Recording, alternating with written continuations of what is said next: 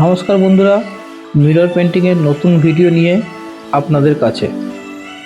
আগে আপনারা আমার ভিডিও দেখেছেন, একইভাবে মিররে ড্রয়িং করে নিচ্ছি। আজকে একটু বলে রাখি, লাইনিং টানার কাজ আপনাকে দক্ষতার সঙ্গে করতে হবে। লাইনিং সম্পূর্ণ হলে লাইনিং শুকাতে 1 থেকে 2 দিন সময় লাগে। লাইনিং সম্পূর্ণ শুকানোর পর আপনি কালার করতে পারেন। গ্লাস কালার আপনাকে স্টেপ বাই স্টেপ করতে হবে। একটা কালার সম্পূর্ণ হওয়ার পর কিছুটা সময় ছেড়ে অন্য কালার আপনি করতে পারেন।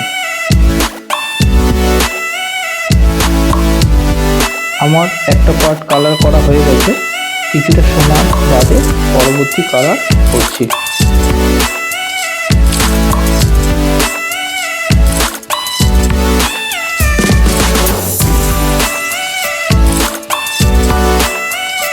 কালার সম্পূর্ণ হলে কালার হার্ড হতে 1 থেকে 2 দিন সময় লাগে। কালার সম্পূর্ণ শুকিয়ে যাওয়ার পর আপনি ডেকোরেশন করুন।